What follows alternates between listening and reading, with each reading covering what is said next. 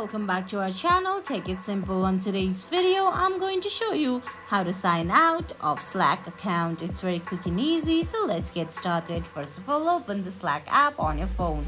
If you don't have the app yet, you can get it from Google Play Store or the Apple App Store. Once you do that, launch the app, then sign in. Now on your screen, you can see options like home, DMs, activity and more. You have to stay on home, then on the top left corner you can see a user icon. Tap on it. Now under workspaces you can see a 3-dot menu. Tap on it, then select sign out from the screen and select sign out again. And guys, that's it. That's how you sign out of Slack account. I hope you found this video helpful. If you did, please give it a thumbs up, leave a comment, subscribe to our channel and hit that bell icon. See you in the next video. Thanks for watching.